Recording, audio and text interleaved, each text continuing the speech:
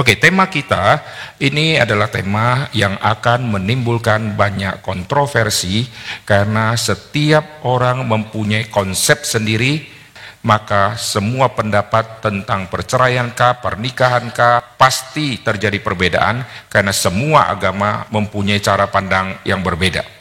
Jangankan semua agama, di dalam kekristenan sendiri pun terjadi perbedaan. Dan jangankan di dalam kekristenan, di dalam denominasi yang sama pun masing-masing pendeta bisa beda pendapat. Jangankan di dalam satu denominasi, di dalam satu gereja pun ada pendeta-pendeta di dalam gereja yang sama, di dalam satu gereja yang sama, ada pendeta-pendeta punya konsep yang berbeda. Kadang-kadang pendeta A sama pendeta B bisa beda konsep, kadang-kadang pendeta bisa beda konsep dengan penginjil atau vikarisnya.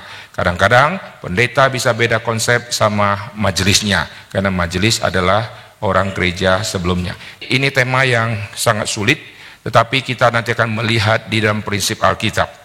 Nah, sekarang sebelum kita masuk untuk membahas panjang lebar tentang seluruh tema yang berhubungan dengan marriage, single, and divorce ini, kita mesti buat konsensus bersama dulu.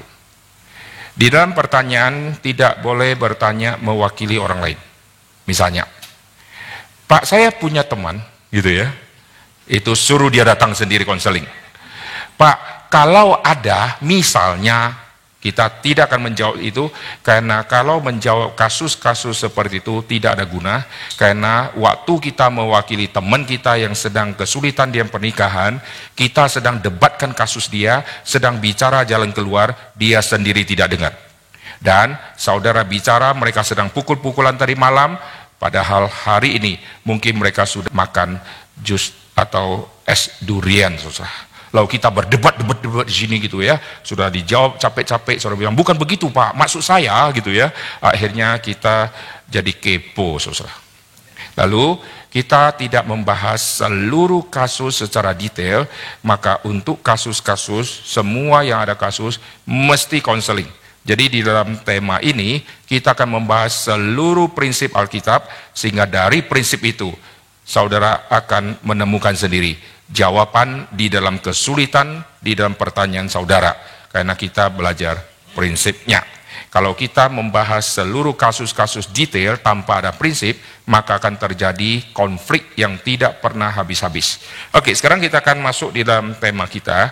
Nah, saudara perhatikan, Tuhan menciptakan manusia, Tuhan sudah menetapkan bahwa ada laki-laki dan perempuan. Mengapa Tuhan ciptakan dengan perbedaan ini? Salah satunya adalah untuk reproduksi.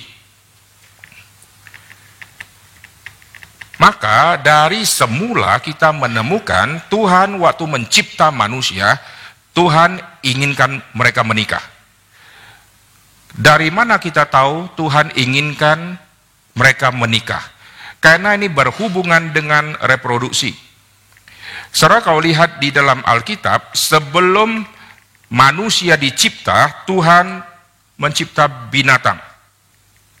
Dan waktu Tuhan mencipta binatang, Alkitab catat, Tuhan mencipta ada jantan, ada betina. Kenapa Tuhan bedakan? Karena untuk reproduksi, berarti untuk kawin. Lalu untuk tumbuh-tumbuhan, Tuhan tidak cipta ada yang, kalau binatang jantan betina, yang tumbuh-tumbuhan janton gitu ya, atau apa, buat sendiri lah bahasanya ya. Kalau tumbuh-tumbuhan nggak ada yang istilah jantannya atau betinanya gitu ya. Yang tumbuh-tumbuhan Tuhan kasih alat reproduksi, yaitu Alkitab tulis ada tunas muda. Jadi muncul tunas baru, satu pohon keluar tunas yang banyak. Saudara kalau lihat pohon pisang, sekali dia berbuah dan dia akan keluarkan tunas baru atau anak yang baru. Itu adalah regenerasi. Nah, ini bijaksana Tuhan ya. Jadi ada tunas-tunas dan Tuhan kasih daya reproduksi melalui biji. Maka saudara lihat di dalam penciptaan, Tuhan menciptakan tumbuh-tumbuhan yang berbuah dan ada biji. Biji berarti alat reproduksi atau cara Tuhan memperbanyak satu pokok melalui biji-biji yang begitu banyak di dalam satu pokok. Jadi saudara lihat, baik tumbuh-tumbuhan berbicara reproduksi atau regenerasi gitu ya. Binatang juga reproduksi atau regenerasi, manusia juga sama. Maka Yesus berkata, tidakkah kau baca pada saat dulu Tuhan menciptakan laki-laki dan perempuan, berarti Tuhan ciptakan laki-laki dan perempuan di dalam konsep monogami. Monogami berarti ini tema pernikahan. Jadi Tuhan inginkan semua manusia hidup di dalam pernikahan. Di dalam masa-masa awal penciptaan, Tuhan sudah memberikan prinsip itu. Maka Tuhan memberikan perintah kepada Adam dan Hawa untuk beranak cucu dan bertambah banyak. Sebelum manusia beranak cucu dan bertambah banyak, Tuhan izinkan manusia harus hidup sendiri dulu. Manusia yang hidup sendiri, dia akan mencapai satu titik, dia akan matang, dan dia akan mempunyai keinginan untuk menikah. Dan sebelum manusia sadar dia harus menikah, Tuhan sudah katakan duluan, yaitu tidak baik kalau Adam seorang diri saja. Jadi Tuhan mengetahui kapan waktunya manusia harus menikah. Maka saudara kau berdoa kepada Tuhan, jangan kira Tuhan tidak tahu apa-apa. Tuhan, kenapa sih engkau belum kasih saya gitu ya, ngomel-ngomel sama Tuhan, kayak Tuhan tidak tahu. Tuhan yang mengatakan di dalam kitab suci, Adam perlu penolong. Tuhan mengetahui kapan saatnya tiba. Alkitab dari dulu sudah memberikan satu kunci dan satu pagar sehingga kita tidak bisa lari dari tema pernikahan, yaitu pernikahan dilakukan oleh laki-laki dan perempuan. Tuhan sudah menetapkan jikalau sama jenis tidak mungkin punya anak. Kenapa? Karena laki-laki kalau sama laki-laki itu Tuhan sudah protek, tidak akan mungkin punya anak. Perempuan sama perempuan tidak akan punya anak. Maka Tuhan kombinasikan ada laki-laki dan perempuan untuk nanti mereka bisa reproduksi. Maka demi untuk reproduksi kita melihat tubuh laki-laki dan perempuan Tuhan ciptakannya beda. Kalau saudara lihat ada bagian tubuh tertentu yang wanita miliki, yang pria tidak miliki. Sengaja itu, karena berhubungan dengan apa? Berhubungan dengan mempersiapkan adanya regenerasi yang baru, maka Tuhan berikan kepada perempuan yang namanya air susu ibu. Pria tidak mungkin bisa menghasilkan air susu ayah. Kalau ASI bacanya enak ya. Anaknya minum apa? ASI, air susu ibu. Anakmu minum apa? ASA, air susu ayah gitu ya. Nggak enak saudara ya. Kalau minum air susu ASA, cilaka saudara. Anaknya nggak tahu jadi apa itu ya, nggak mungkin punya. Jadi Tuhan menciptakan tubuh wanita dan pria secara berbeda. Dari situ kita sudah menemukan Tuhan ingin laki-laki hanya sama perempuan yang akan melahirkan anak. Maka mari kita lihat di dalam Alkitab, setelah manusia jatuh ke dalam dosa, penekanan dua jenis yang berbeda ini ditekankan di dalam kitab Kejadian. Saudara perhatikan di pasal 4 ayat 1. Kemudian manusia itu bersetubuh dengan Hawa istrinya.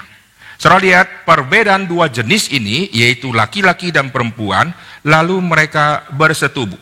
Setelah bersetubuh, lalu nanti lahirlah si Kain. Jadi ini penegasan yang sangat penting mengenai laki-laki dan perempuan.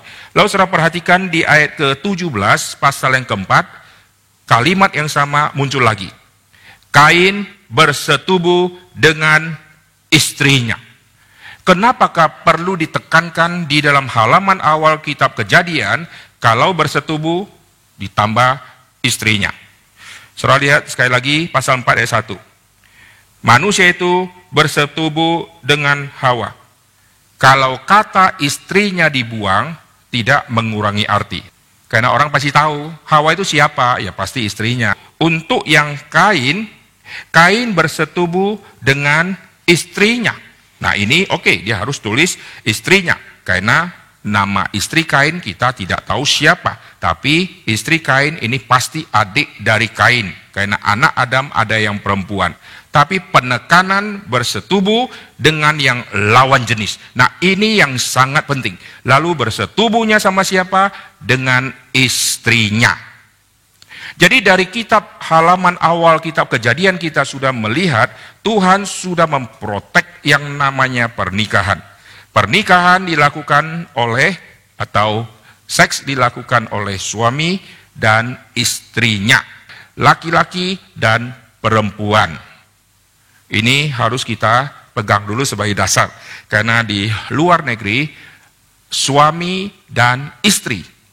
Konsep kita laki-laki dan perempuan. Di luar negeri kalau dengar suami dan istri, dia bisa laki-laki dan laki-laki.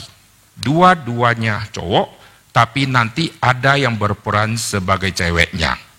Maka kalau saudara lihat mereka jalan berdua bergandengan, nanti ada satu yang kecewek-cewekan. Yang kecewek-cewekan itulah istrinya. Padahal laki-laki, saudara. Di luar negeri itu sangat banyak, saudara lihat mereka jalan berdua, gandengan. Lalu yang lebih cilaka lagi mereka bawa satu anak kecil. Kalau saudara tanya, ini siapa?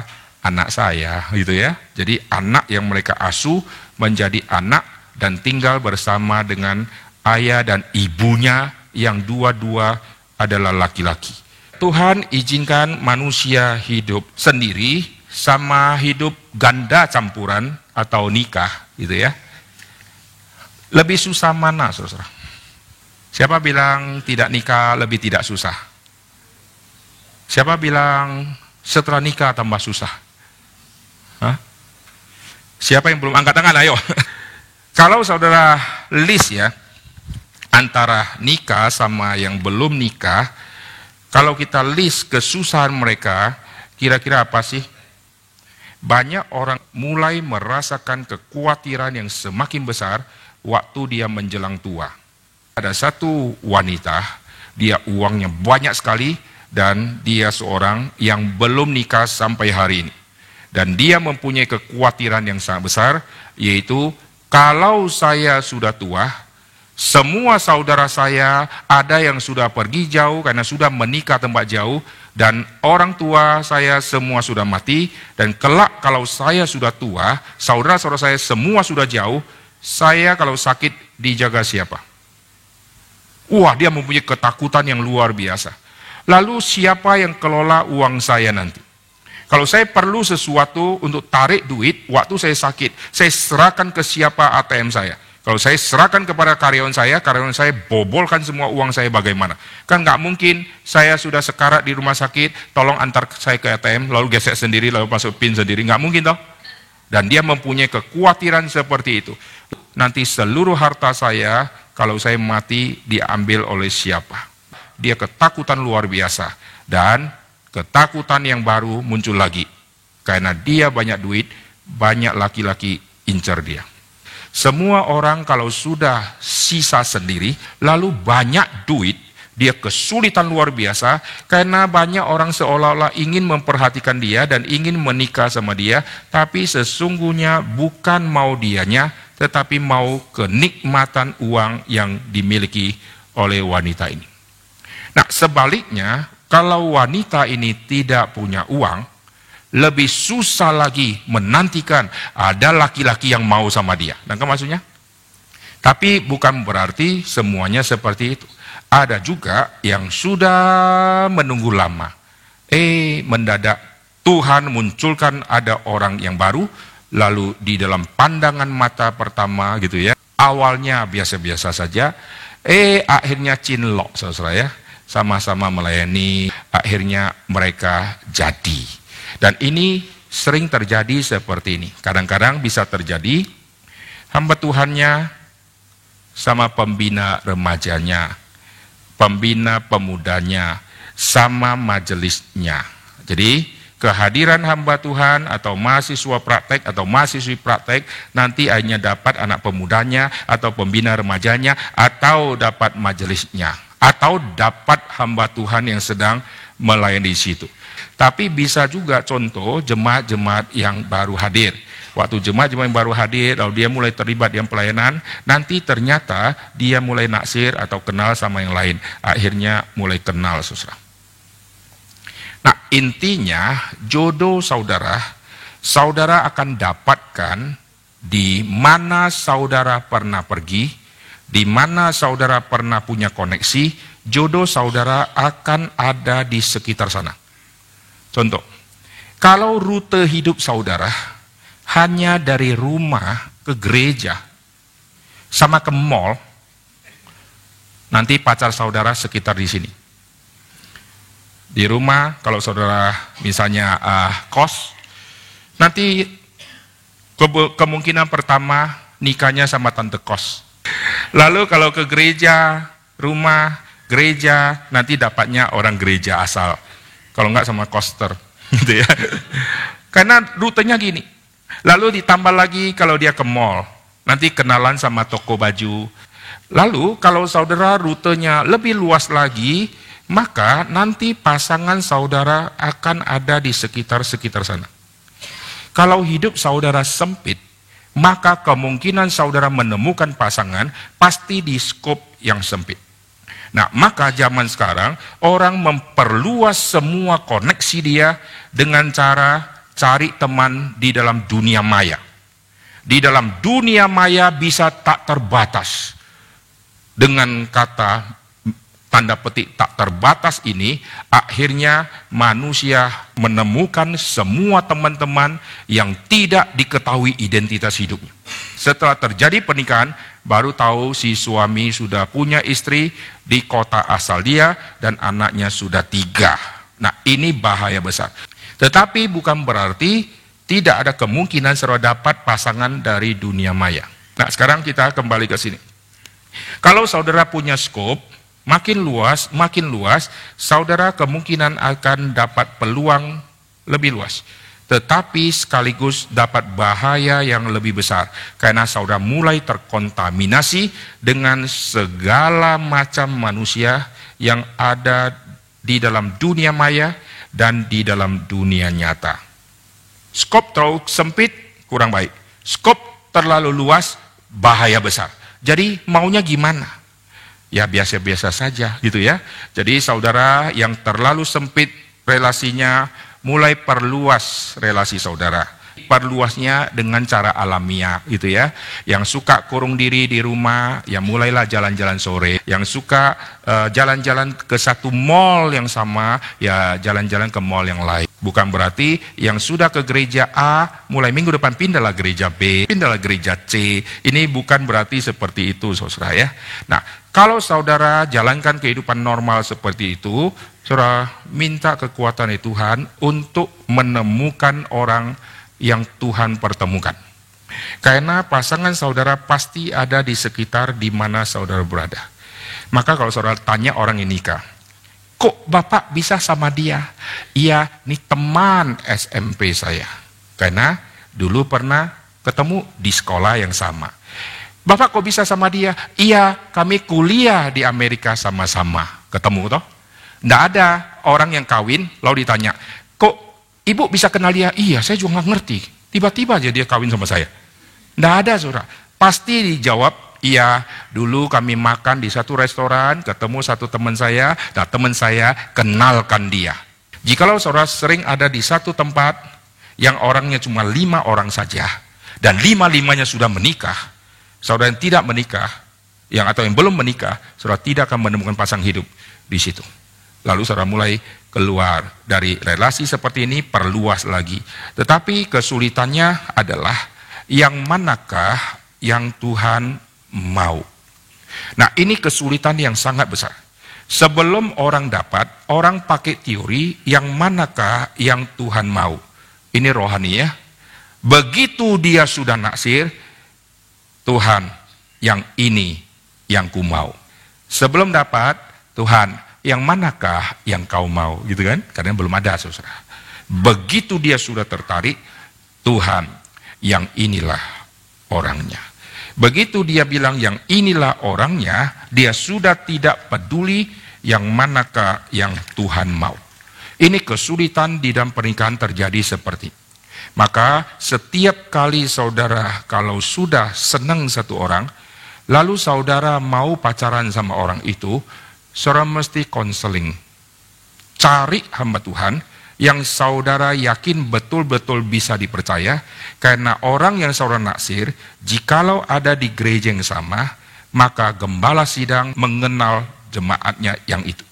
Contoh, sekarang ada satu orang naksir satu orang di dalam satu gereja. Kita tidak tahu orang ini siapa. Nah, sekarang tanya hamba Tuhan, Pak, menurut Bapak orang ini gimana ya? Hamba Tuhan kenal, ini anak sekolah minggu saya. Dari sekolah minggu, remaja, pemuda, hamba Tuhan sudah tahu, dan hamba Tuhan sudah konseling sama orang ini mungkin 3-4 kali, dengan 3-4 kali pacar yang berbeda-beda, saudara. Kalau begitu, nggak usah konseling sama hamba Tuhan, supaya semua dosa kita tidak ada yang deteksi, ya salah lagi, saudara. Jadi saudara mesti tanya hamba Tuhan, karena hamba Tuhan akan mengetahui dan akan membicarakan orang ini kira-kira gimana. Apalagi hamba Tuhan ini mengenal ayah dan ibunya. Dan hamba Tuhan ini pernah membesuk keluarga ini, waktu keluarga ini belum punya anak. Dan hamba Tuhan mengenal seluruh silsilah keluarga. Dan hamba Tuhan akan memberikan pandangan yang paling jelas. Dulu saya pernah baca satu kalimat menarik ya. Untuk mengetahui pasangan kita karakternya seperti apa, gampang sekali. Kalau dia punya supir, tanya supirnya. Kalau dia punya pembantu, tanya pembantunya. Karena kalau tanya supirnya, supirnya akan membicarakan semua karakter dari si orang tersebut waktu di dalam mobil. Misalnya ya, Pak supir, orang ini gimana? Orang ini parah. Gini loh, minimal dapat inputan, saudara. Kalau orang ini berperilaku baik kepada supir, supir pasti akan jelaskan semua hal yang baik. Lalu kalau orang ini memperlakukan pembantu dengan baik, pembantu pasti akan bersaksi yang baik, karena tuan ini atau si wanita ini atau si gadis ini adalah orang yang sangat memperhatikan. Selama saya bekerja di 5 rumah tangga, saya belum pernah melihat ada seorang wanita yang sangat memperhatikan saya seperti ini. Dia perhatikan seperti apa? Lalu dia ceritakan banyak. Dari situ kita tahu ada karakter agung dari orang ini. Saudara bisa lacak banyak dari orang-orang dekat dia, dari orang-orang yang pernah kerja sama dia. Karena karakter orang yang jelek akan terlihat pada saat dia berrelasi sama bawahannya. Karena kalau dia berkarakter jelek sama bawahannya atau pembantunya, pembantu tidak mungkin protes. Karena tidak mungkin protes dan tidak mungkin balik marah, maka keluarlah semua tabiat-tabiat yang dia lampiaskan, dan tanya si pembantu, kita akan mengetahui karakter orang ini bagaimana. Mesti ke hamba Tuhan ya, hamba Tuhan menjadi satu kunci. Jangan sudah pilih, sudah dapat, lalu datang, Pak, saya sudah sama dia, menurut Bapak bagaimana? Itu namanya menjebak hamba Tuhan. Pak, saya sudah pilih dia. Sekarang kami mau konseling, menurut Bapak gimana? Kalau hamba Tuhan bilang, tidak cocok, akhirnya hamba Tuhan akan jadi musuh dia. Hamba Tuhan dibenci oleh pasangan tersebut. Ini namanya membuat hamba Tuhan hidup di dalam kesulitan. Lalu dia cari hamba Tuhan lain untuk konseling. Banyak orang konseling hanya membicarakan satu sisi yang lain dia sembunyikan. Banyak hamba Tuhan yang sudah dia datangi konseling, lalu dia sedang mengumpulkan semua data-data. Siapa hamba Tuhan yang kira-kira setuju sama dia, lalu dia terus akan konseling sama yang setuju sama dia. Yang setuju sama dia, dia terus akan konseling dan terus akan menjadi seolah-olah anak rohani dari hamba Tuhan itu. Padahal hamba Tuhan itu sedang diperalat oleh dia. Maka sebagai hamba Tuhan kita harus berpikiran netral, tidak boleh pro ini, tidak boleh pro itu. Mesti nyatakan kebenaran. Dia setuju, tidak setuju, urusan dia. Oke? Nah sekarang kita kembali ya, untuk melihat prinsip ini. Nah di dalam Alkitab kita melihat seorang yang nanti akan menuju kepada pernikahan, itu tidak sesimpel yang dia pikirkan. Banyak orang kira, kalau saya menikah, nanti jalan bisa gandengan tangan. Kalau saya menikah, rumah bocor, nanti dia yang manjat ke atas, saya di bawah, lalu kita teriak-teriakan. Gimana, sudah bisa? Coba lihat ke bawah. Wih, mesra, itu sinetron, saudara. Nanti kalau sudah nikah, semua cerita jadi beda. Lalu dia pikir, kalau nikah enak ya, bisa berdua, makan kacang sama-sama, nonton film seri gitu kan. Enak ya, kalau kita sama-sama suka traveling, nanti sudah nikah, kita sama-sama naik kereta api gitu ya. Lalu kita traveling ke semua kota. Dia pikir dunia seindah itu. Begitu sudah nikah, semua jadi lain. Nah, di dalam memasuki pernikahan, saudara mesti sadar, kesulitan di dalam pernikahan dan pentingnya pernikahan menurut kitab suci itu apa? Dari situ saudara mulai waspada untuk mencari pasangan. Nah, sekarang kita akan melihat ya. Di dalam pernikahan, Alkitab memberikan prinsip yang sangat penting di dalam kitab Maleakhi pasal kedua. Perhatikan Maleakhi pasal yang kedua, kita akan melihat berapa ayat di sini. Dari ayat yang ke-14. Dan kamu bertanya, oleh karena apa? Oleh sebab Tuhan telah menjadi saksi antara engkau dan istri masa muda. Jadi pernikahan seorang laki-laki dan perempuan atau suami dan istri yang disatukan ini dihadiri oleh Tuhan. Tuhan adalah saksi.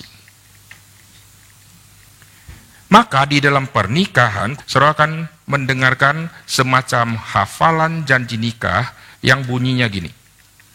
Di hadapan Allah Tritunggal, dan di hadapan hamba Tuhan, dan di hadapan jemaat Tuhan, hari ini saya Ucok menerima engkau Butet sebagai istriku yang sah dan satu-satunya.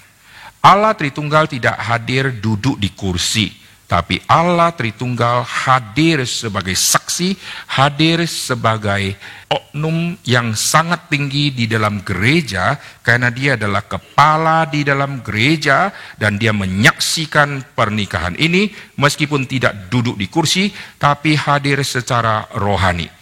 Sedangkan hamba Tuhan itu hadir secara fisik, dan di hadapan jemaat yang hadir hari itu sebagai fisik, semuanya ini menjadi saksi di dalam pernikahan. Jadi Tuhan adalah saksinya. Sekarang kita kembali ke Maleakhi pasal yang kedua tadi di ayat ke-14. Tuhan menjadi saksi antara engkau dan istri masa mudamu yang kepadanya engkau telah tidak setia, padahal dialah teman sekutumu. Saudara cari istri bukan cari yang untuk adu debat. Ada orang yang nikah sengaja cari yang bisa debat, susah. Karena dia hobinya debat. Kalau suka debat, kawin sama yang si pendiam, maka semua yang dia sedang bicara hanya dijawab baik, bagus. Karena melankolis lawannya. Istri ini adalah teman sekutu, dan inilah yang disebut di dalam kitab Kejadian penolong yang sepadan. Jadi teman sekutumu, Tuhan adalah saksi, lalu ditambah satu lagi, dia Maleakhi pasal kedua, kalian diikat di dalam perjanjian. Pernikahan adalah ikatan perjanjian. Maksudnya apa? Ini nanti dibahas di dalam Roma pasal ke-7. Mari kita lihat. Perhatikan ayat yang pertama. Apakah kamu tidak tahu, saudara-saudara, sebab aku berbicara kepada mereka yang mengetahui hukum, bahwa hukum berkuasa atas seseorang selama orang itu hidup. Sebab seorang istri terikat oleh hukum kepada suaminya selama suaminya itu hidup. Akan tetapi apabila suaminya itu mati, bebaslah ia dari hukum yang mengikatnya kepada suaminya itu. Jadi selama suaminya hidup, ia dianggap berzina kalau ia menjadi istri laki-laki lain. Tapi jika suaminya telah mati, ia bebas dari hukum, sehingga ia bukanlah berzina kalau ia menjadi istri laki-laki lain. Pernikahan merupakan ikatan perjanjian. Di dalam tema ikatan perjanjian, ini selalu ada konsep perjanjian yang diikat adalah perjanjian sampai mati. Jikalau salah satu pihak mati, maka perjanjian menjadi batal. Saudara kalau buat surat kontrak, misalnya si Cuan Cheng Beng, selanjutnya disebut pihak satu gitu ya, mengikat perjanjian dengan Cho Beng Seng gitu misalnya ya. Selanjutnya disebut pihak kedua gitu kan. Lalu setelah diikat, ini selama masih hidup saudara. Lalu nanti apa pihak pertama masih apa, pihak kedua masih apa. Ini semua perjanjian ini sah, ada materai, ada notaris, ini semua sah karena dua-duanya masih hidup. Begitu salah satu sudah mati, maka pihak pertama, pihak kedua tidak bisa lagi diperlakukan seperti mereka masih hidup. Maka perjanjian itu menjadi batal. Kecuali di dalam ikatan perjanjian itu muncul satu kalimat. Jikalau salah satu pihak mati, maka keluarga terdekat dia yang akan menjadi penggantinya. Dan orang itu adalah ditulis. Nama istrinya kah atau siapakah, walinya atau siapa ditulis semua.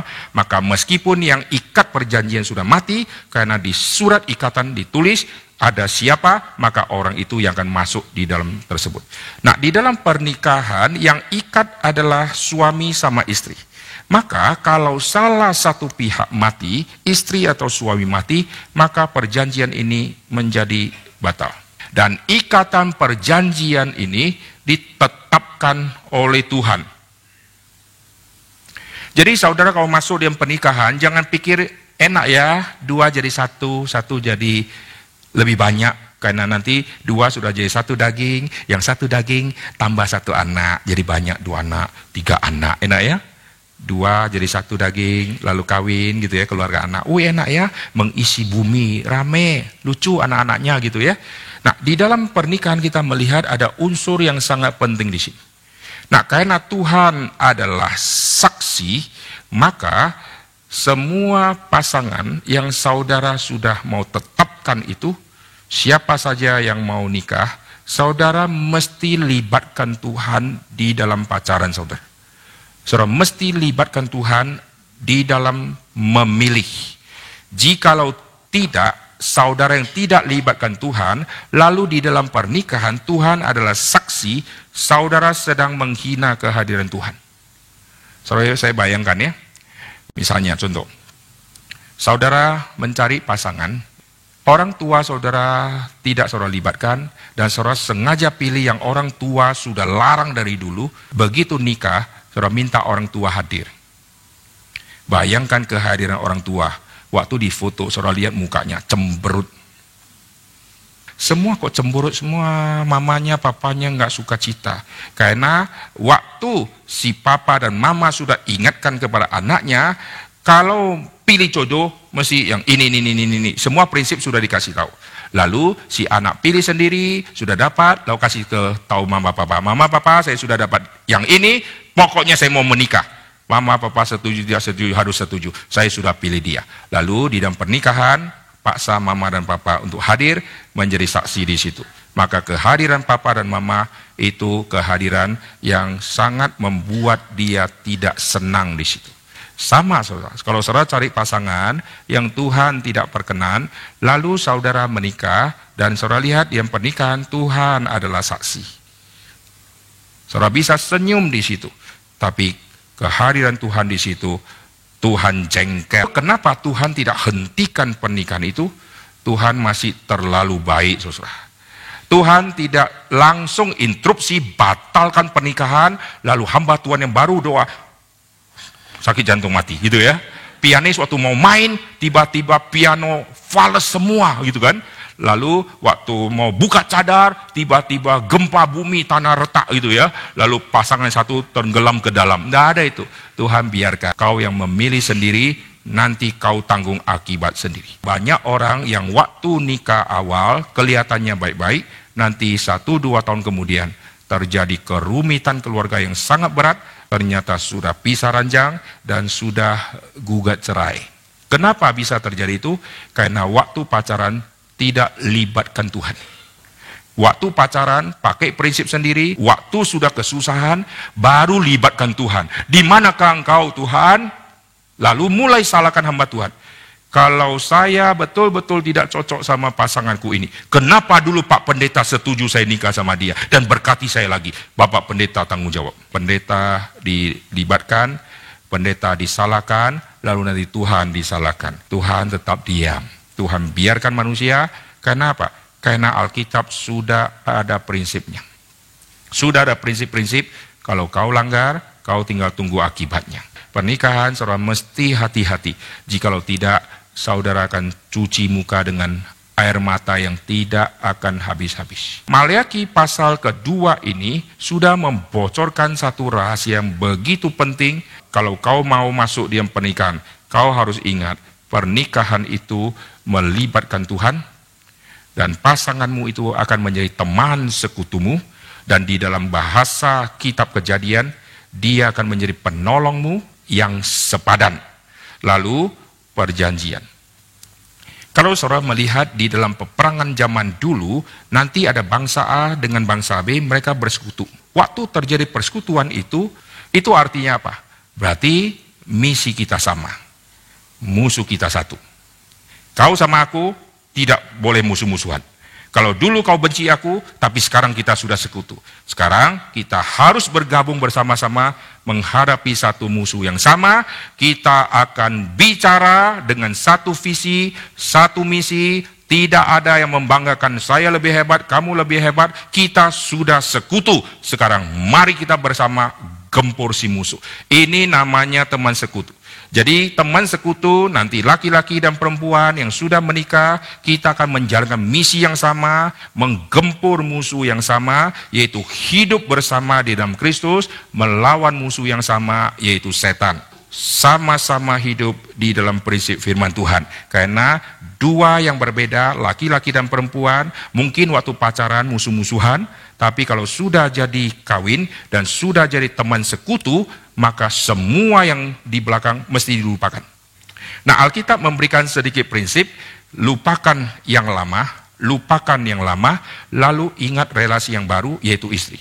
Saya kasih contoh sederhana ya. Misalnya, Abram waktu dia menikahi Sarai, relasi mereka sebelum nikah ini adalah saudara. Abraham sama Sarai, Sarai bisa disebut adik. Ini relasi yang sah karena memang Sarai itu masuk dalam kategori adik. Di zaman dulu boleh nikah pernikahan antar saudara. Sekarang Abraham dan Sarah menikah. Dulu memang disebut adik. Sekarang sudah jadi istri. Nah sekarang, status Sarai boleh nggak masih dipanggil adik? Ini adik, boleh nggak? Nah sekarang kita lihat di Alkitab ya. Abraham mau mengulang sejarah dengan membalikkan status Sarai yang sekarang istri menjadi adik. Waktu dia mau membalikkan status Sarai kembali kepada konsep semula relasi Abraham sama Sarai, yaitu kokoh sama adik, Tuhan marah. Lihat di pasal yang ke-12 kitab Kejadian ayat ke-10. Ketika kelaparan timbul di negeri itu, pergilah Abram ke Mesir untuk tinggal di situ sebagai orang asing. Sebab hebat kelaparan di negeri itu. Pada waktu ia akan masuk ke Mesir, berkatalah ia kepada Sarai istrinya, memang aku tahu. Jadi Alkitab sudah kasih tahu, relasi Sarai adalah istri. Memang aku tahu bahwa engkau adalah seorang perempuan yang cantik parasnya. Apabila orang Mesir melihat engkau, mereka akan berkata, itu istrinya. Jadi mereka akan membunuh aku dan membiarkan engkau hidup. Katakan bahwa engkau adikku. Kalau bilang adik, itu tidak salah. Itu memang relasi Abram sama si Sarai, adik betul. Tetapi karena sudah menikah, tidak boleh bicara dia adik. Dia sekarang status adalah istri. Apa beda status adik sama status istri? Status kalau dulu adik berarti tidak ada ikatan perjanjian. Nangkap maksudnya? karena kokoh sama Dede atau ada hubungan saudara. Sekarang status sudah istri, sudah satu daging, tidak boleh kau bilang adik lagi. Dan Abraham seolah-olah mau menarik kembali ikatan perjanjian ini, dibalik kembali. Dua orang belum nikah sama sekali, dan sekarang Sarai statusnya adalah adik. Demi apa? Demi keamanan nyawa dari Abraham. Ayat ke-13, katakan bahwa engkau adikku, supaya aku diperlakukan mereka dengan baik karena engkau. Jadi pakai siasat untuk balikkan status. Lalu perhatikan nanti apa yang terjadi. Ayat ke-18, lalu Firaun memanggil Abraham serta berkata, apakah yang kau perbuat ini terhadap aku? Mengapa tidak kau beritahu bahwa ia istrimu? Jadi yang dituntut oleh Firaun, lu harus ngaku dia istrimu. Setelah Firaun tahu Sarai adalah istri, Abraham mati nggak? Abraham punya logika, nanti kalau kita masuk ke sana, kalau saya ngaku kau istriku, aku cilaka. Kalau dia tahu kita adalah suami istri, saya akan cilaka. Maka supaya aman, kau adikku. Oke, deal? Oke, masuk. Begitu masuk, dia masih mengaku Sarai adalah adik. Nanti sampai akhirnya Firaun tahu, Sarai bukan adikmu. Mengapa kau tidak ngaku dia istrimu? Pikiran Abraham, kalau Firaun tahu, dia pasti bunuh Abraham. Setelah Firaun mengetahui Sarai adalah istri Abraham, Firaun bunuh Abraham enggak? Enggak. Mengapa engkau katakan dia adikku, sehingga aku mengambilnya menjadi istriku? Sekarang, inilah istrimu. Kubunuh kau, mestinya begitu kan? Inilah istrimu. Ambillah, pergilah, cerio. Sekarang nyawa Abraham terancam enggak? Enggak. Jadi banyak kekhawatiran manusia yang sebetulnya enggak terjadi punya. Karena kekhawatiran seperti itu muncul dari tidak taat kepada firman. Yang tidak taat kepada firman, semua kekhawatiran pasti tidak terjadi. Kalau saudara taat di dalam firman, semua kekhawatiran tidak usah khawatir. Tuhan pasti melindungi. Lalu karena khawatir, saudara melarikan diri dari taat kepada Tuhan, lalu saudara khawatir yang ini, semua khawatir itu tidak akan terjadi punya. Lalu saudara akan dihukum Tuhan, dan saudara akan kembali lagi ke jalur yang benar itu. Lalu Firaun memerintahkan beberapa orang untuk menghantarkan Abraham pergi bersama-sama dengan istrinya dan segala kepunyaannya. Lalu nanti Abraham akan kembali ke tanah perjanjian dan tidak disentuh dan tidak dibunuh si Abrahamnya. Pada Abraham khawatir hal itu. Nah, sekarang kita kembali ya. Status yang lama mungkin dia adalah orang yang pernah nolak cintamu dan seterusnya. Tapi setelah nikah, status-status yang lama ini mesti dilupakan. Status sekarang adalah istri. Dulu dia marah kamu, dulu dia benci kamu. Wajar karena dua orang belum di dalam ikatan perjanjian.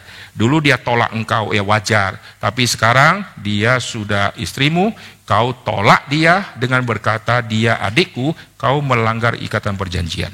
Dari dua yang berbeda ini dijadikan menjadi sekutu untuk menghadapi misi yang sama. Karena Tuhan memerintahkan Adam dan Hawa untuk melakukan misi yang sama. Tuhan tidak perintahkan kepada Adam dengan model tugasmu A. Hawa sini, tugasmu B. Tidak ada itu. Dua-duanya untuk memenuhi bumi. Dua-duanya menaklukkan bumi. Jadi misi yang sama untuk dua orang yang sudah jadi sekutu. Di dalam bahasa Kejadian juga berarti sudah satu daging. Oke, lalu selama mereka hidup di dalam ikatan perjanjian. Nah, nanti di dalam pernikahan, selalu di dalam ikatan perjanjian itu, waktu baca janji nikah, selalu ada yang bersifat positifnya, ada yang bersifat negatifnya. Misalnya, meskipun senang, positifnya, dan susah, meskipun kaya dan miskin, ya, meskipun sehat dan sakit, gitu kan? Selalu ada plus minusnya. Ini di dalam ikatan perjanjian. Dan ini adalah penjabaran dari kalimat Adam di Taman Eden. Dialah tulang dari tulang-tulangku dan daging dari dagingku. Tulang dari tulang-tulangku. Ini bahasa aslinya memakai bentuk jamak. Tulang dari tulang-tulangku. Dari kalimat itu kita sudah menemukan prinsip monogami.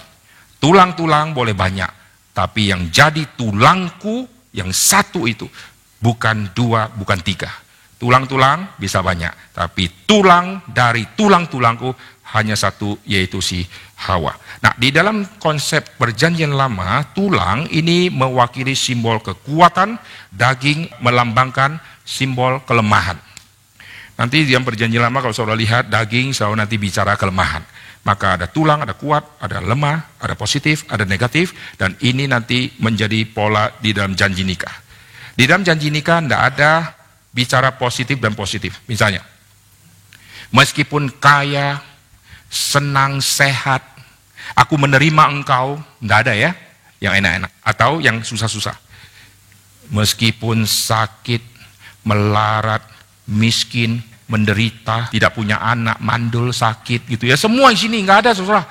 Kalau ada janji nikah seperti ini, mukanya murung, sakit, menderita, dikejar debt collector. Tidak ada, saudara.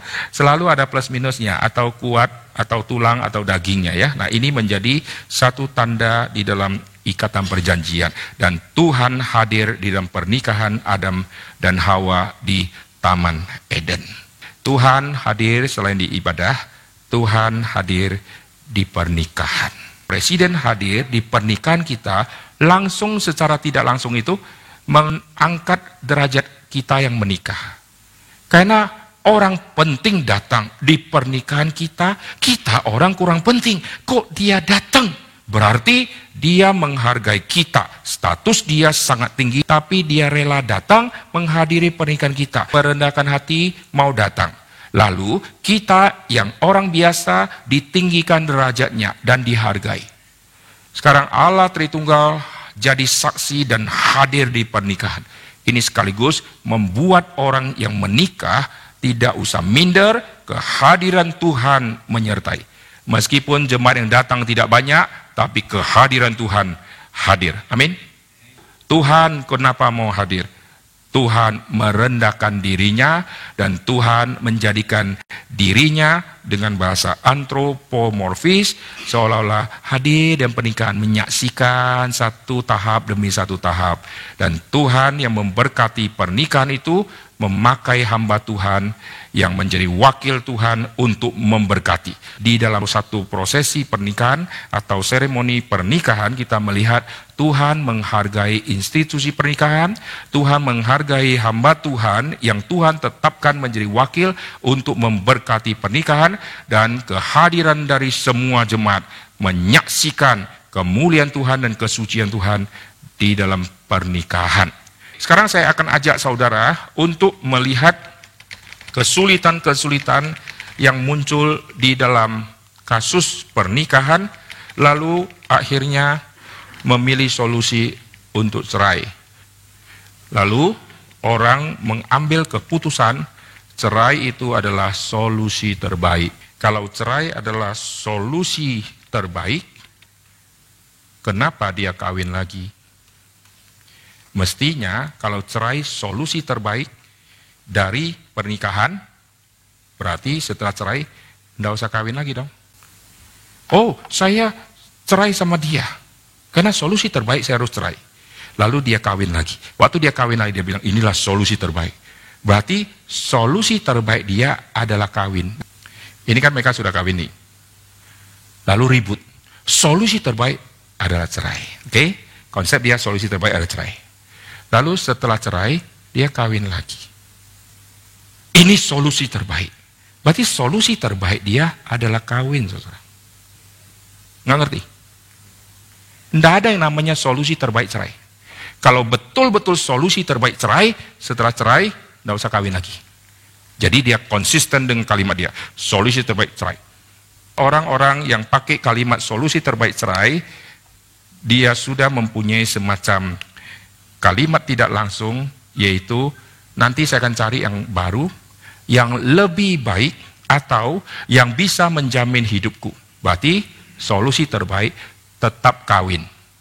Nanti setelah dapat, dia rasa saya lebih baik cerai, gitu ya. Akhirnya sudah kawin cerai, sekarang sudah umur tua.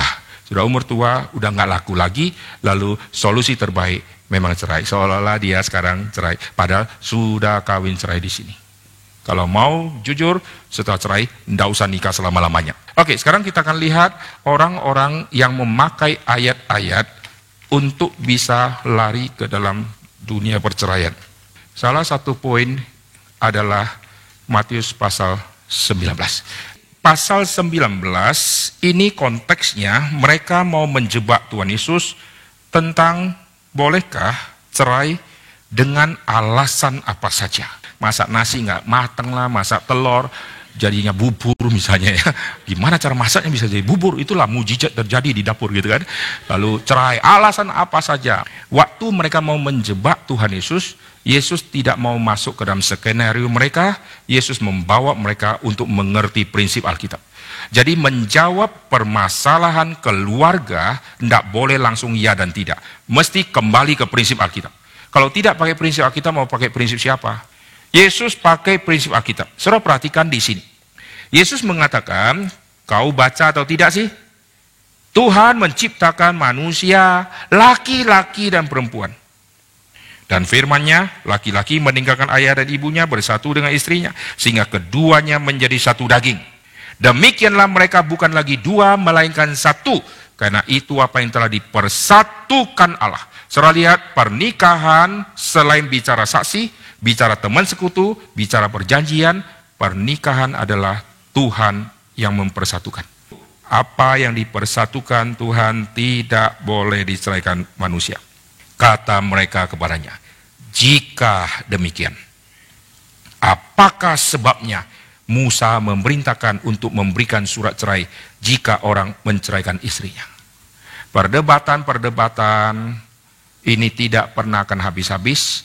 Hamba Tuhan pakai ayat, yang konseling juga pakai ayat. Waktu hamba Tuhan pakai ayat berdasarkan prinsip Alkitab.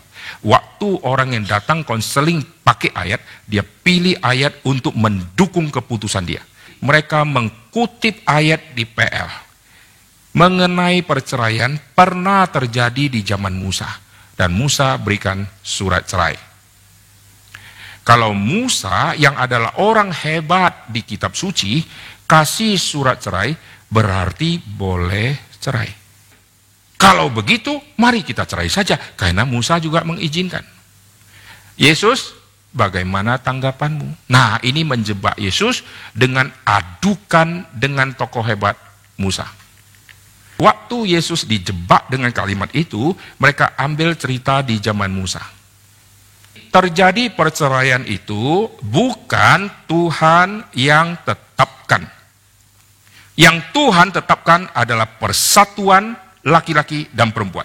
Yang terjadi perceraian adalah ketegaran hatimu. Yesus langsung berkata, karena ketegaran hatimu. Ini melampaui sejarah. Yang mereka bahas adalah PL. Yang mereka kutip adalah PL. Yang Yesus jawab adalah kamu. Yesus ada di zaman PB. Kalau begitu, kenapa Musa PL loh? Memberikan surat cerai, berarti nenek moyang zaman dulu yang sudah mati-mati itu. Sama Musa yang sudah mati. Kenapa dulu pernah terjadi? Yesus jawab, mestinya. Karena kedegilan nenek moyangmu, suku-suku gitu ya, di zaman Musa, di padang gurun, itu temanya enak ya, cocok ya PL, karena kasusnya PL. Tapi Yesus tidak jawab kasus PL. Yesus bilang, karena ketegaran hatimu, zaman sekarang, Musa memberikan surat cerai kepadamu. Jadi firman Tuhan yang zaman dulu relevan ke zaman sekarang. Lu kutip cerita Musa. Musa kenapa kasih? Musa kasih karena ketegaran hatimu. Musa kasih karena ketegaran hati nenek moyang kan? Tapi Yesus bilang tidak, Musa kasih karena ketegaran hatimu. Dari situ kita menemukan orang-orang Yahudi di zaman Yesus yang menjebak Tuhan Yesus, mereka sudah jalankan praktek kawin cerai. Dan mereka semua diam-diam, tidak bongkar satu dengan lain. Begitu Yesus muncul, Yesus membongkar semua. Ketegaran hatimu, lalu kamu cerai, pakai referensi ayat yang ada di PL, kamu bilang kamu tidak melanggar. Karena itu sebetulnya ketegaran hatimu. Lalu perhatikan muncul kalimat yang sulit. Ayat 9, barang siapa menceraikan istrinya, kecuali karena zina, lalu kawin dengan perempuan lain, ia berbuat zina. Ayat ini selalu disalah tafsir oleh banyak orang. Harap hari ini setelah saudara tahu, saudara bisa terus memegang prinsip ini. Sekarang saya pakai 2 spidol warna. Yang warna hitam ini si laki-laki, yang warna biru ini si perempuan ya. Nah, ini pernikahan terjadi laki-laki dan perempuan. Sekarang kita telusuri kalimatnya secara detail. Mari kita lihat secara detail kalimat itu ya. Barang siapa menceraikan istrinya, kecuali karena zina kita tutup, kita buang dulu. Barang siapa menceraikan istrinya, lalu kawin sama perempuan lain. Perhatikan ya, si laki-laki yang menceraikan istrinya, lalu dia sekarang kawin sama perempuan lain. Oke, wanita saya kasih warna biru. Lalu Alkitab bilang apa? Yang berzina siapa? Laki-laki atau si perempuannya? Si laki-laki ini. Dia berbuat zina. Nah, ini di dalam Matius pasal 19. Nah, sekarang kita pasang kata zinanya. Kalau ada kata zina muncul, lalu si laki-laki ini kawin sama perempuan lain, laki-laki ini dianggap berzina nggak? Seandainya gara-gara istrinya yang pertama ini yang berzina, lalu dia kawin sama perempuan lain, si cowok ini berzina nggak? Hah? Di ayat ini enggak, karena kecuali itu loh. Orang menafsirkan ayat itu dengan memakai konsep perzinahan mengakibatkan perceraian. Kalau itu diperbolehkan karena perzinahan, lalu si laki-laki boleh nikah sama perempuan lain, dan laki-laki itu bebas dari tema perzinahan. Kalau terjadi seperti ini, cilaka di dalam semua relasi keluarga. Yesus berkata, barang siapa yang melihat seorang perempuan, lalu menginginkan di dalam hati, dia sudah berzina. Sudah fisik belum? Belum, masih lihat saudara. Jadi, dengan konsep perzinahan yang model PB yang Yesus ajarkan, siapa yang bisa lepas dari hukum ini? Si cowok yang sudah nikah sama cewek yang baru, lalu dia merasa, oh saya aman, saya hidup bahagia sama istriku yang baru. Lalu si istri memakai hukum PB. Jujur kau ngaku. Kau kalau lihat wanita cantik lewat di depan matamu, lu ingin nggak kau tidur sama dia? Ingin. Nah, kalau sudah zina, aku ceraikan kamu. Pernikahan perceraian terjadi simpang siur seperti ini. Karena tidak mungkin orang bisa lolos dari perzinahan yang non fisik. Kau melihat, kau menginginkan, kau sudah berzina. Saudara, kau lihat si istri Potifar sama Yusuf sudah berzina atau belum? Belum, karena belum kontak fisik. Tetapi di dalam konsepnya PB, kita langsung mengetahui ini sudah. Kenapa? Karena belum kontak fisik, tapi istri Potifar sudah menginginkan. Waktu sudah menginginkan, ini sudah jatuh. Dan seluruh prinsip Alkitab sebetulnya bicara non-fisik. Saya kasih contoh. Adam dan Hawa waktu berdosa itu kapan? Ini buah. Hawa waktu berdosa pada saat dia petik buah, atau pada saat dia gigit buah, atau pada saat dia telan. Kapan dia mulai dosanya? Kalau pada saat dia petik, dia berdosa, bagaimana kalau dia kembalikan lagi? Kalau pada saat dia telan dia berdosa, bagaimana kalau dia muntahin keluar? Kalau kita punya konsep dosa karena sudah lakukan secara fisik, berarti Adam mulai jatuh ke dalam dosa setelah dia menerima buah dari istrinya dan dia gigit. Karena kalau kau makan, kau akan jadi seperti Tuhan. Maka mesti tunggu dia makannya. Nah, kan maksudnya? Karena itu fisik. Jadi kalau belum makan dia lepasin, belum berdosa. Itu konsep fisik. Di dalam Alkitab tidak. Pada saat Hawa sudah meragukan firman, Hawa sudah berdosa. Lalu prakteknya, aplikasinya dia lakukan secara fisik. Jadi orang-orang PL salah mengerti. Pembunuhan, pada saat aku bunuh, aku sudah berdosa. Tidak. Sebelum pembunuhan muncul kebencian. Barang siapa membenci, dia sudah membunuh. Karena saudara lihat, semua pembunuhan di Alkitab dimulai dengan satu benih kebencian. Esau benci Yakub, maka Esau mau bunuh. Bunuh itu adalah aplikasi dari kebencian. Kenapa Saul mau bunuh Daud? Karena kebencian. Saul akhirnya mau bunuh karena muncul iri hati dan kebencian yang sangat mendalam di dalam hatinya. Maka kebencian itulah yang menyebabkan manusia membunuh. Barang siapa membenci saudaranya, dia sudah pembunuh. Sekarang kita kembali ke sini. Jikalau Yesus menekankan boleh cerai kalau perzinahan terjadi, maka pernikahan akan semakin ruwet karena orang akan memakai ayat itu untuk mencari-cari kapan istrinya berzina. Perzinahan secara fisik kalau tidak dilakukan tetap akan dikejar perzinahan yang non-fisik. Waktu sudah dikejar akan menemukan perzinahan yang non-fisik. Lalu pegang alasan itu. Lalu ajukan ke pengadilan. Saya sudah menemukan istriku pernah bersaksi. Dia pernah terangsang sama aktor di TV. Dan ini perzinahan. Karena perzinahan aku mau ceraikan dia. Silakan saudara.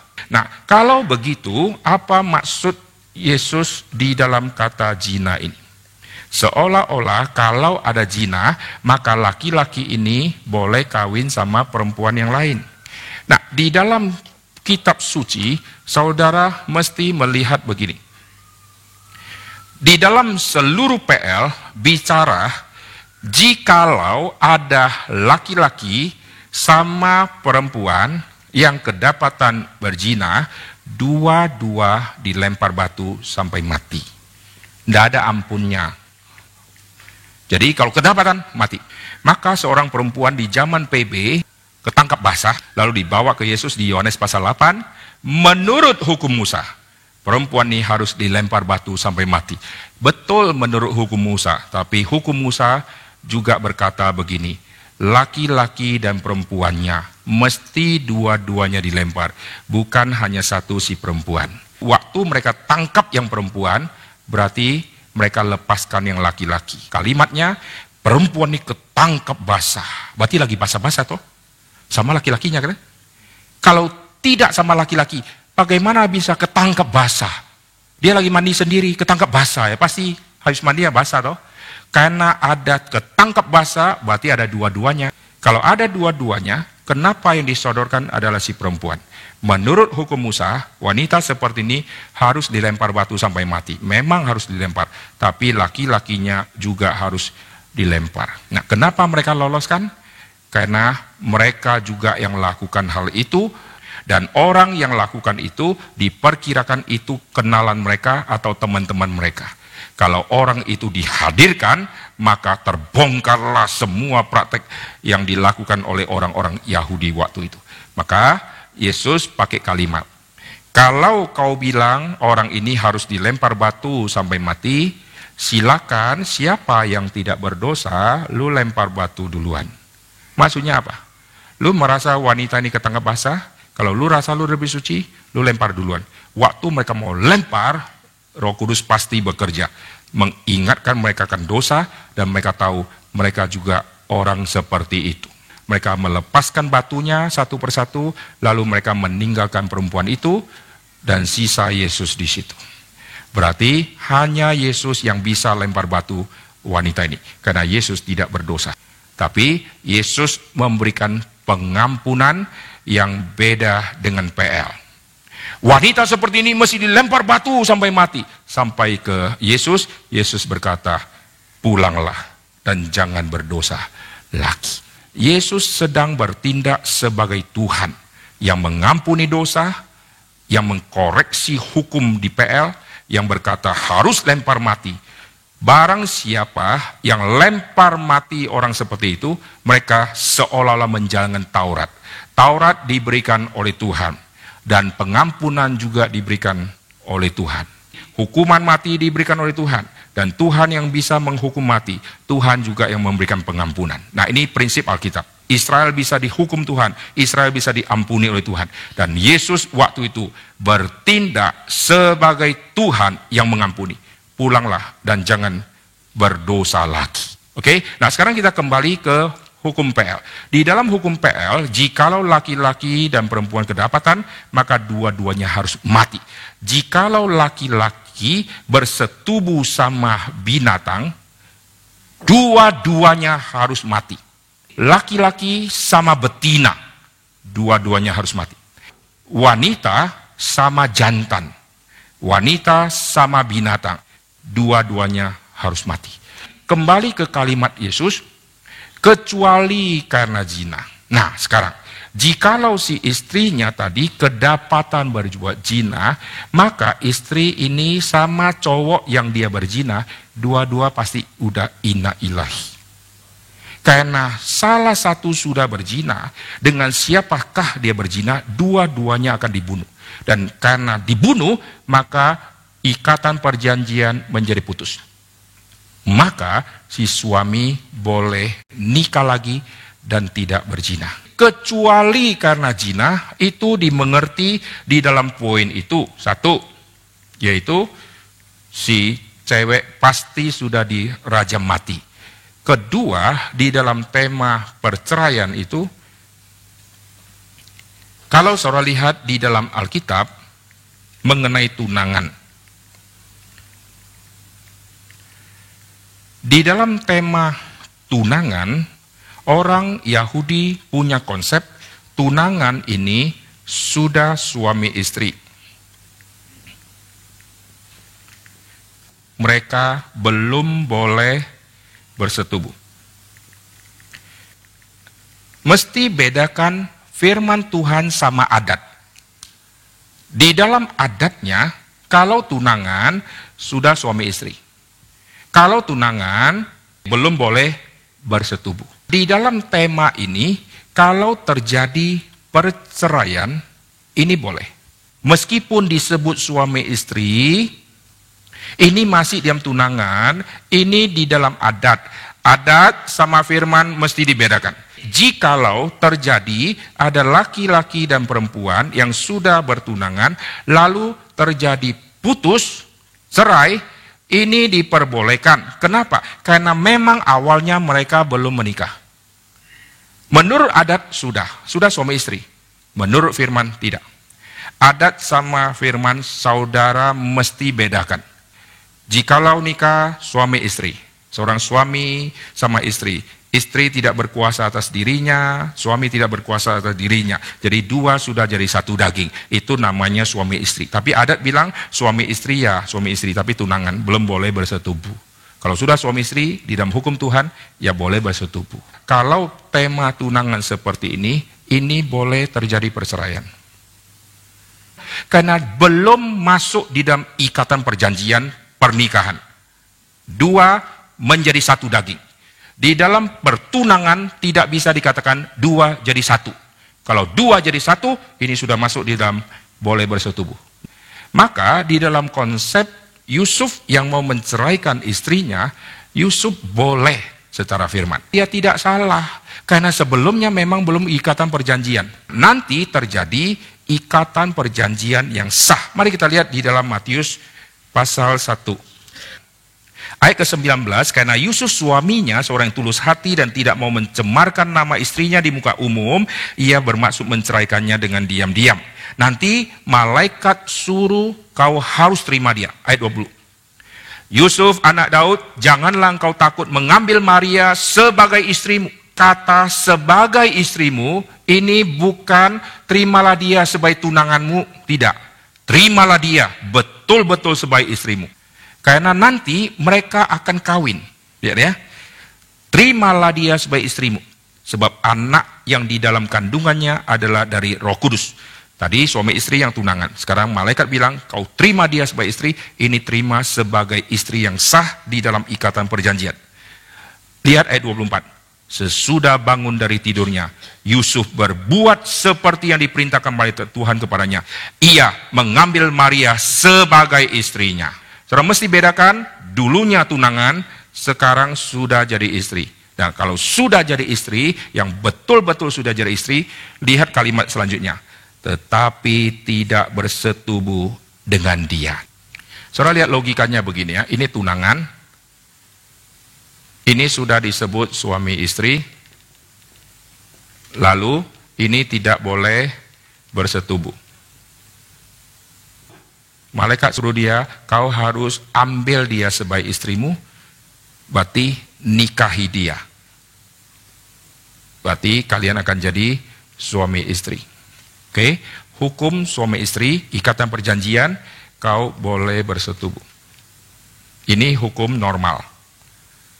Tetapi Yusuf sudah terima Maria, sudah jadi istri, bukan lagi tunangan, dan sudah boleh bersetubuh.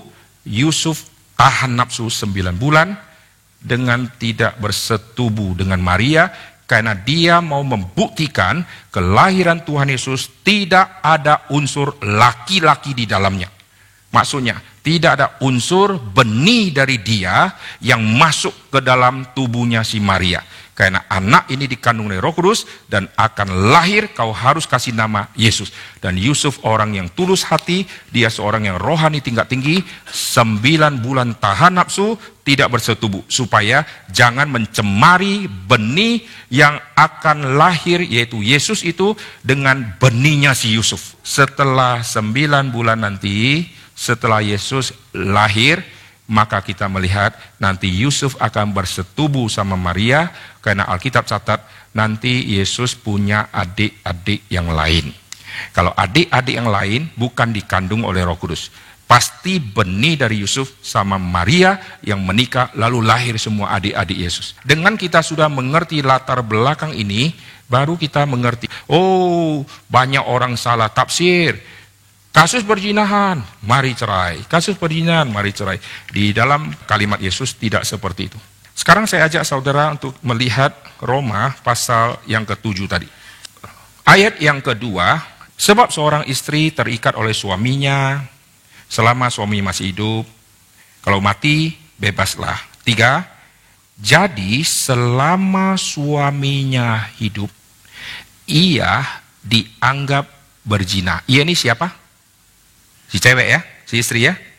Kalau ia menjadi istri laki-laki lain. Selama suaminya hidup, jikalau istri ini nikah, dia dianggap berzina. Nah, sekarang si ceweknya kena. Si istri pertama tadi ya. Ini dicatat di Roma 7 tadi. Yang laki-laki akan dapat pasangan yang baru, yang wanita akan dapat pasangan yang baru. Lalu Alkitab memblokir mereka nanti ya. Mari kita lihat di dalam Markus pasal yang ke-10 untuk melihat si istri yang pertama tadi diblokir ya. Perhatikan di Markus pasal 10 ayat yang ke-12.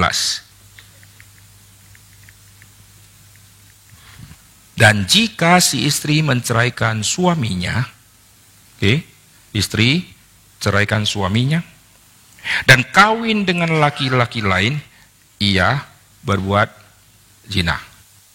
Jangan kira hanya laki-laki yang ceraikan si istri. Istri juga bisa ceraikan. Kita lihat sekarang di Markus 10 ayat yang ke-10. Ketika mereka sudah di rumah, murid-murid bertanya pula kepada Yesus tentang hal itu. Lalu katanya kepada mereka, barang siapa menceraikan istrinya, lalu kawin dengan perempuan lain. Lihat ini, menceraikan istri, lalu kawin sama perempuan lain. Ia hidup dalam perzinahan terhadap istrinya. Si istri juga masuk di dalam perzinahan itu. Nggak bisa lari ya.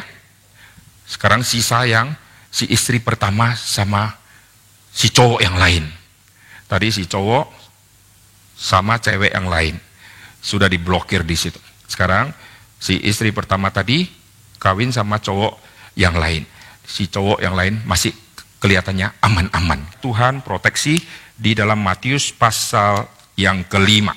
Ini di dalam khotbah di bukit. Oke, kita akan lihat dari ayat 31. Telah difirmankan juga, siapa yang menceraikan istrinya harus memberi surat cerai kepadanya.